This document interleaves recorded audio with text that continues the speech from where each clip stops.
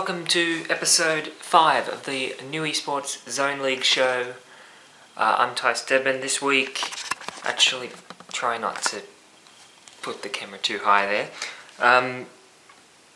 Got a bit of a different show this week. We're actually going to review a match that I got to last night.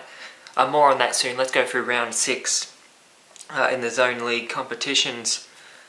Zone Premier League, Cardiff City 1 defeating Garden Suburb 0.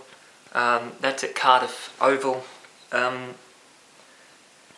Not really a big win or anything like that, a 1-0 win, but Garden Suburb, that's another game without scoring a goal.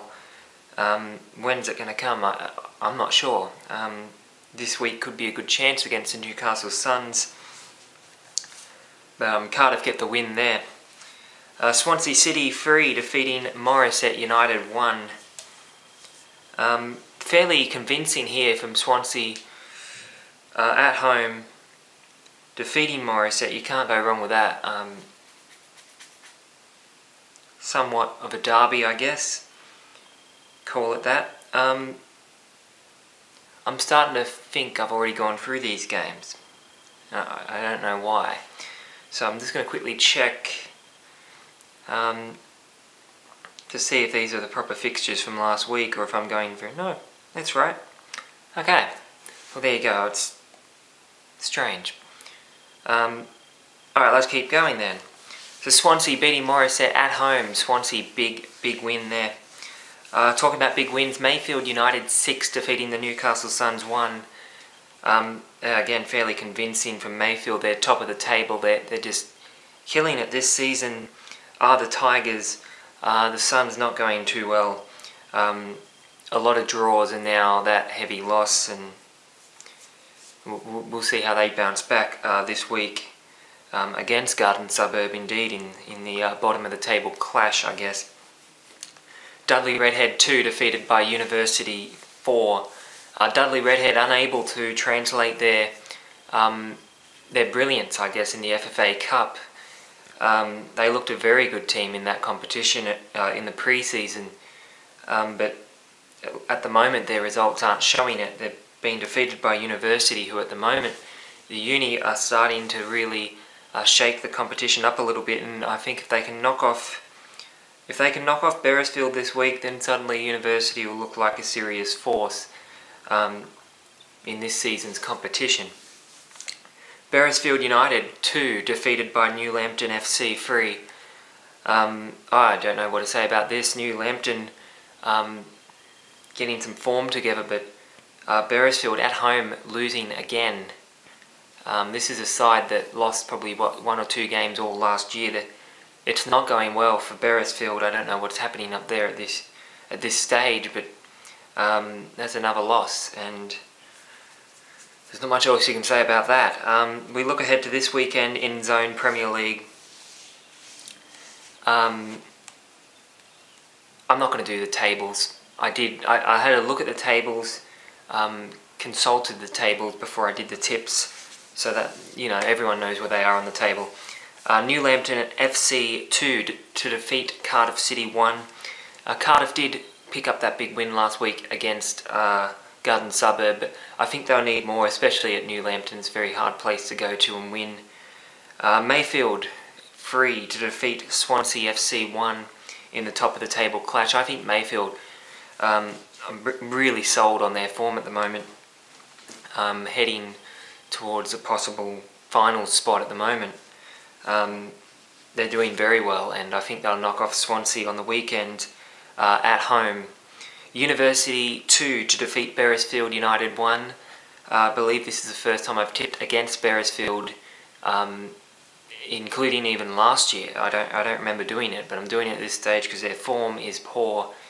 University at home. Last home game, I believe they knocked off Swansea, so they go into this one with confidence, and I think Uni will win this. I really do. Morisset 2 to draw Dudley Redhead 2.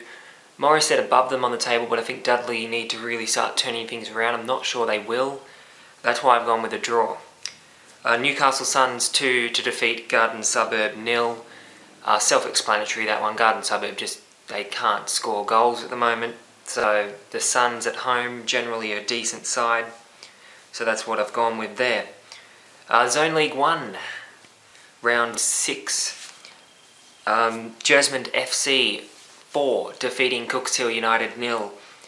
I was actually getting the live score from this one for one of the Cookshill guys. This is big win for Jesmond.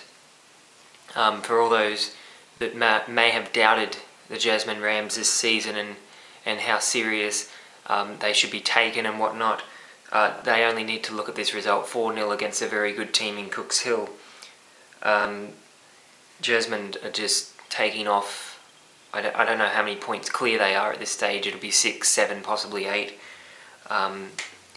Doing very well, 4-0 against Cookshill. You can't fault that. Beresfield FC 3 drawing Raymond Terrace 3, which was a good result for Jesmond in turn. Raymond Terrace, Morgan Reynolds 2 goals and Nathan Hanley with 1. I'm not sure what to say about this one. I think the Terrace will probably be happier away from home against a team like Beresfield. 3-3 draw. Barnsley FC 0 defeated by Warners Bay FC 2. Barnsley not going very well at all since dropping down from Zone Premier. Warners Bay are suddenly up there in the 4 and they're looking pretty decent at this stage. Nelson Bay 0 defeated by Charlestown FC 2. Not a big loss for the Bay, but another loss, and I think they've lost every game now. Like I don't know when they're going to actually maybe win a game, Nelson Bay, at this stage. It's not going well. Katara South 2 defeated by Stockton Sharks 3. Big win for Stockton, huge win at Katara. I don't normally mention the lower grades, but I believe Katara's 3rd grade team lost their first game at home in 3 years. That was a rumour. That's pretty impressive. Stockton suddenly starting to kickstart their season. We'll see how it goes this week. And let's move straight into that. The first game this weekend, Stockton versus Barnsley at home. I have tipped Stockton 2-0. They're in form, Barnsley aren't. It's as simple as that. Jesmond FC 6 to defeat Nelson Bay 1. The ladder leaders against the bottom place team. And I think Jesmond should just, they may win 1-0, which probably wouldn't be convincing. This would be convincing. I think after putting 4 past Cookshill, I think they should be able to put 6 or so past Nelson Bay. Cookshill United 5 to defeat Raymond Terrace 1. On paper this looks a lot closer, but I believe Raymond Terrace have a lot of players out, injured, suspended and whatnot. At the athletics field, I think they'll struggle in this one. Charlestown 1 to draw Katara South 1. Katara may win that one. I feel like that's a bit of a... That could be a tip that might be a little bit based too much on last week's result or whatever, but Katara South, a good side. Be a good result for Charlestown to get a draw there. And Warners Bay 2 to defeat Beresfield FC 1 at Warners Bay. Fairly big game, that one. We'll see how it goes. I tip Warners Bay to win, of course. Zone League 2. New Lambton FC 1 defeated by the Westlake Wildcats 5.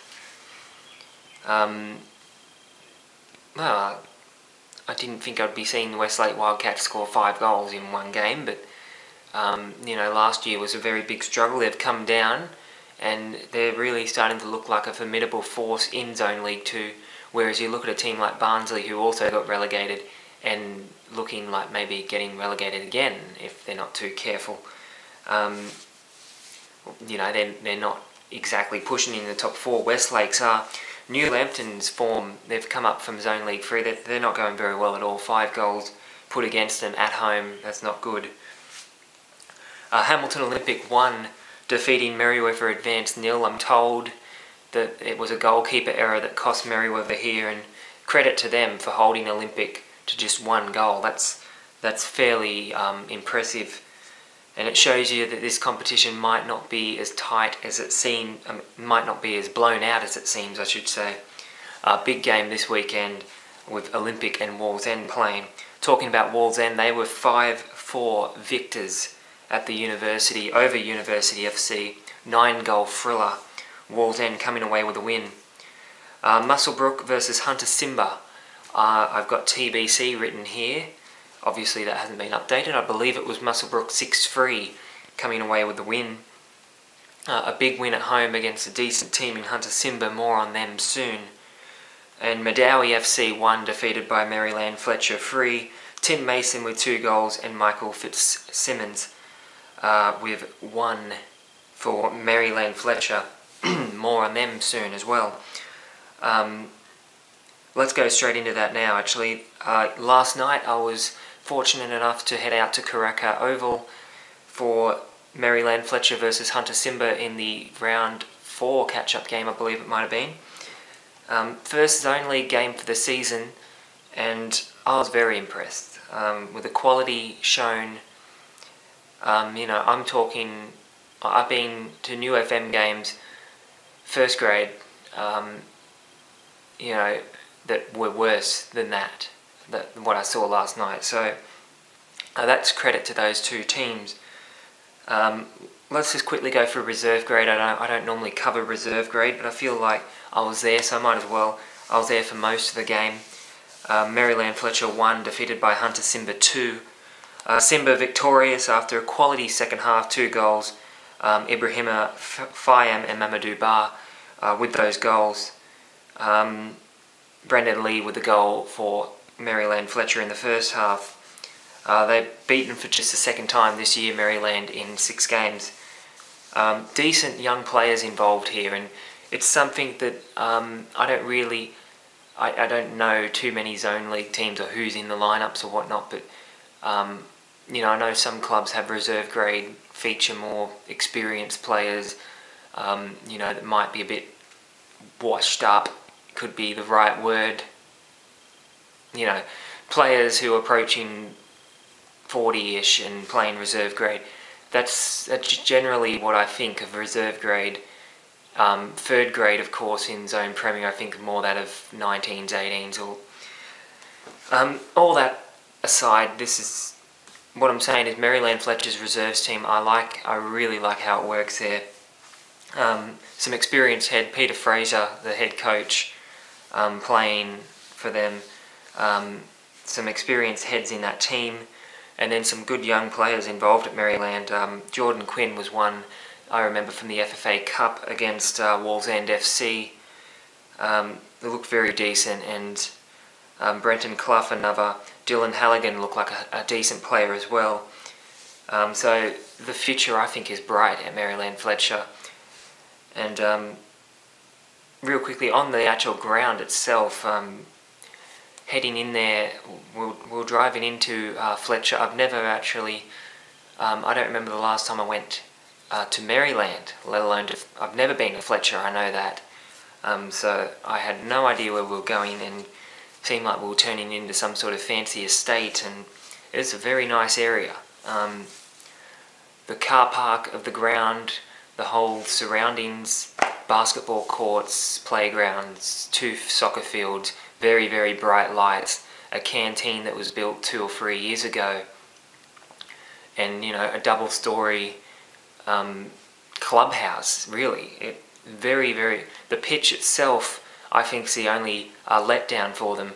Apart from that, I was sitting there and I'm thinking, what is different about this place compared to somewhere like Kahibah Oval in UFM? If they put in some bleachers with a cover at Maryland, at Fletcher I should say, at Karaka Oval, then why do they not meet the current standard of some of the new FM teams, like Fortin Park? It's a very, very good field there. The pitch probably could be better, let's say that. But I'm someone who, I knew that I was going to this game, and I was on my way out of TAFE yesterday. My class finished at 4:30, so it's still sort of daylight, and I walked past Hunter Simba's ground, and I sort of had a look at Hunter Simba's ground and how bad it is, and compared to that, it's a very, very decent facility at Maryland-Fletcher, and I definitely think within 10 years or so you might see that club sort of push up, hopefully, to a higher standard. I think, why not? That's my question with facilities like that. Very, very impressive. I was expecting a very dodgy facility. I was expecting a council ground, really, and what I mean by a council ground, picture somewhere, picture, you know, Jasmine Park, picture something like that, picture Heaton Park. That's what I was expecting. Anyway, we go into the actual first grade game. That sort of went on a little bit. Maryland-Fletcher 0, defeated by Hunter Simba 1. Decent matchup to watch, I tell you this. Entertaining, attacking football, physical at times. Simba, they do like to get physical, but I've noticed they don't like when people get physical with them. So, in saying that, they've got some big guys, Simba, and really, they're not going to have any issues being out-muscled. Well, a couple of them might, but not a couple of the others that were very, very, very solid players. Wanda Mageni Amare is one of their standouts from the FFA Cup game. I saw them put 10 goals past the RAF or whatever it was. He was a very handy player that day. The Ronaldinho-like hair, I don't know, the number 10. I'm not going to put comparisons there, but probably wasn't as good last night as he was in the FFA Cup, but still a handy player on his day. Simba technically sound, I'll tell you that much, and very demanding team. You know, a couple of younger players, well, not even the younger ones, any of the players make a mistake and 2 or 3 of the others will yell at them. To quite frankly, that's how it was working. That's a little bit, I think that's a bit full on, but it works for them, and obviously I can't really fault the way they play, the style. That's just, they want to get everything right, every little touch, they want it to be right, and well, most of them did work out last night. Back and forth matchup. Simba took the lead through an impressive attacker by the name of Ferez Altamimi. Pacey, strong, not, well actually yes, fairly tall, not that tall though, sort of a decent centre of balance, and a player that just carved his way through the defence at times. Probably should have scored 2 goals, maybe even 3. Very handy player. And I'm thinking, what is this guy doing playing Zone League? That's the question. So, you know, for those people who, yeah, there was a stage last year where I was near Hunter Simba's ground. They were playing a game, and I figured maybe to go watch, and I didn't. And probably this time, if I get that chance again, I will, because there's some handy football on show, I'll tell you that. Don't let the 5th division thing scare you away. This was a competitive game. Another standout for the visitors was Nushang Saki, not Sucky. He didn't suck. He was actually a very handy player. Apologies for the pronunciations. Not really good at even I can't even say that word. Not good at coming up with names for players that have easy names. So, of course, Simba with the African-based club, African-backed club. So they got a lot of difficult names to pronounce, but a very handy side to watch. I'll tell you that. He was strong. He is technical and a leader on the pitch. He's very, very entertaining to watch. I'll probably try and put up the match video. And his arms were just massive. One of the biggest, strongest looking players I've seen this season. And again, like, maybe out of place in Zone League, who knows. Brilliant to watch at times. Maryland-Fletcher, let's you know, they've got some handy players as well. Peter Hubbard, Daniel Carpenter, Andrew Hines, some of those younger guys I mentioned. The goalkeeper's good there. I forget his name at the moment. I'll tell you what I'm going to do. I'm going to look his name up, because that's what I want to try and do. You know, I don't want to skip people. And it's just not happening at the moment. Ryan Osborne is a goalkeeper there, and he was pretty handy. Very difficult game against Simba, and at times had to come out and try and stop the attack, cut the attack off, I guess. So yeah, Maryland-Fletcher, very, very unlucky not to get a result. If I do put the video up, there is several, well not several, there's 15 minutes of game footage, I believe, and there's twice where the ball hits a post and just pinballs around the box, and it's how does it go in? Achiamong, I can't say this name, Achiamongpong Ford Sour, that's his last name. Massive apologies there. Achiamongpong, let's go with that. Ford Sour was the centre back for Hunter Simba, number 25, and I tell you what, he just kept, demanding his team do this, do that. There's good leadership shown, and as I said earlier, they were very demanding of themselves, but it worked.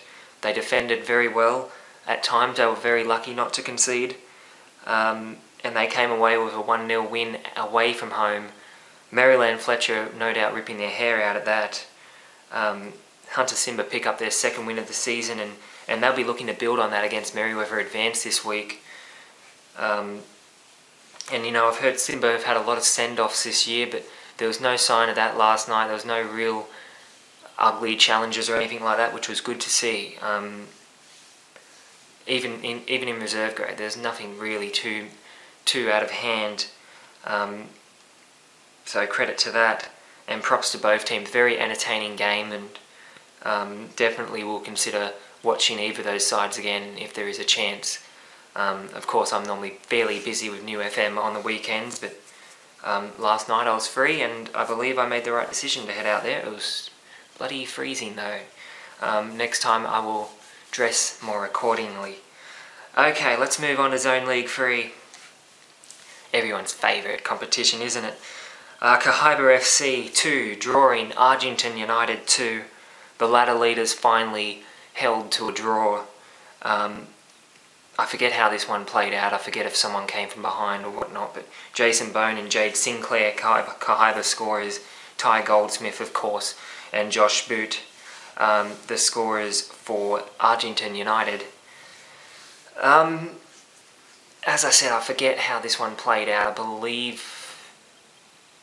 I believe either team could have won it. I'm not sure who came from behind. Someone obviously would have had to come from behind.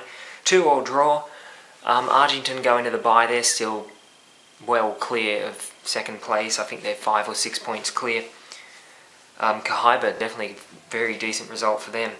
RAAF Williamtown, RAF FC if you will, 3. They were defeated by Dudley Redhead 7-3, the scoreline there. Just in case there's a lot of words thrown in.